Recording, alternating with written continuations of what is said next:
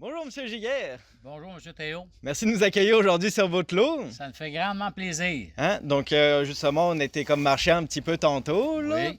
Puis c'est ça, moi, je voulais vous poser la question, depuis combien de temps vous êtes propriétaire ici? Ça doit faire aux alentours de 14 ans. Oh, quand même! Oui. Puis dans le fond, avez-vous hérité de ça de votre famille? Malheureusement, non. Payé de nos poches. Aïe, aïe, aïe. Puis dans le fond, combien de temps vous investissez à peu près sur votre lot? Moi, ça fait quand même au-delà d'un an que je suis à la retraite. Donc, OK. mon temps que j'investis est beaucoup plus important depuis la dernière année que les années avant. Mais quand même, j'avais un emploi quand même assez flexible qui me permettait de pouvoir venir dans la journée. Je travaillais plus dans la soirée, ça fait que j'exploitais un peu la journée. Là, Pour venir passer du temps. Oui. Passer du temps à travailler beaucoup. C'est ça, déconnecter puis venir reconnecter avec la nature. Oui, c'est ça.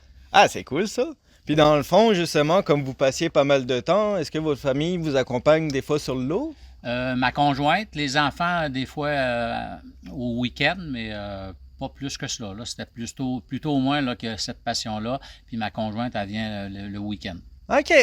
Elle s'inquiète pas trop de des fois. Si vous lui poseriez la question, elle m'a jamais trouvé trop sage. Oui, elle s'inquiétait souvent. Bon. Oui. Parce que pour moi, ça, c'est l'heure.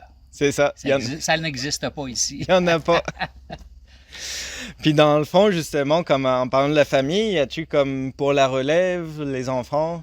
Ben nous, en tout cas, notre but, c'est que ça soit pour nos enfants. Ça va dépendre de ce qu'ils veulent avoir, là, mais nous, c'est sûr qu'on aimerait ça léguer ça à nos enfants. D'ailleurs, ce que je fais comme l'énergie que je mets ici, c'est plus pour eux dans les générations suivantes. C'est ça. Là. Ah, c'est cool ça. Puis, dans le fond, qu'est-ce qui vous a amené à comme vous mettre avec un plan d'aménagement forestier? Ben moi, j'ai toujours dit, les gens qui ont de l'expérience plus que moi, j'ai pu aller rechercher beaucoup d'informations, puis m'éviter de faire des erreurs du passé. Avoir des conseils. Avoir des conseils, j'ai toujours apprécié, j'ai jamais senti d'obligation de votre part, puis j'ai quand même senti une pleine liberté de ce que je pouvais faire sur mon lot.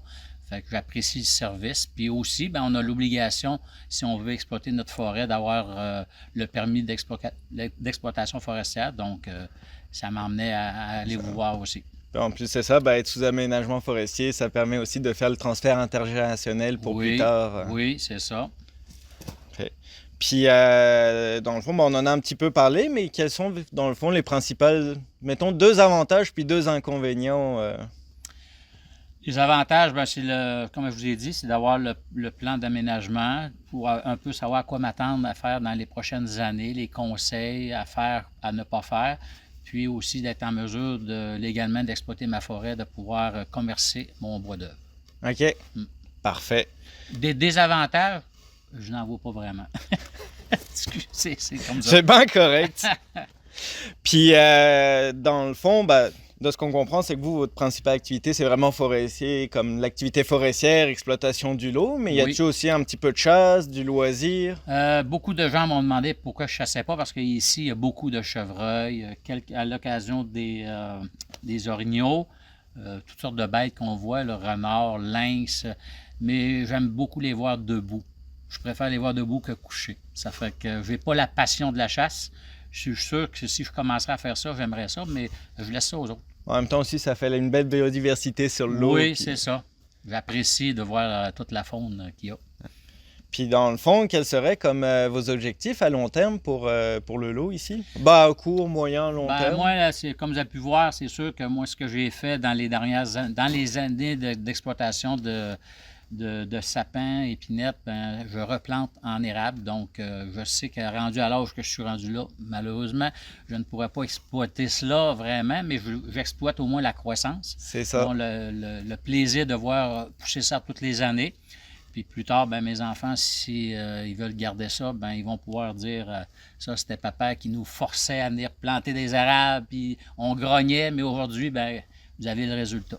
Non, puis en plus de ça, vous pouvez vous permettre de faire ça parce que vous avez le type de sol pour planter en érable. C'est pas tout le monde qui a la chance d'avoir un lot pour faire ça. Là. Ça, je dois vous avouer que je ne le savais pas au début, mais j'ai fait des essais, puis ça m'a permis de voir beaucoup d'essais-erreurs. Oui, c'est ça, oui.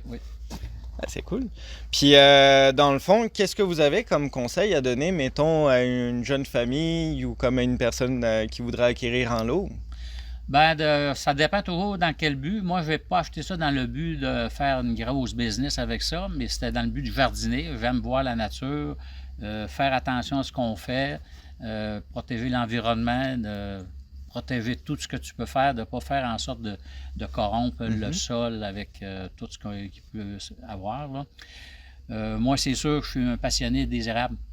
Ça fait que je dirais pas aux gens de tout faire comme moi parce que c'est pas tout le monde qui veut avoir ça. Il y en a qui est beaucoup qui vont planter pour revoir dans leur vie et pouvoir réexploiter dans leur vie. Mais moi, c'était pas mon objectif. C'est de mettre ça joli pour tout le monde qui vient ici. C'est ça. Mm. Ah, ben, en tout cas, je vous remercie beaucoup pour aujourd'hui. Merci, merci. Puis, c'est clair qu'on va se recroiser dans le futur aussi. Ça a été agréable. Parfait, pareillement. Je vous remercie beaucoup. Merci.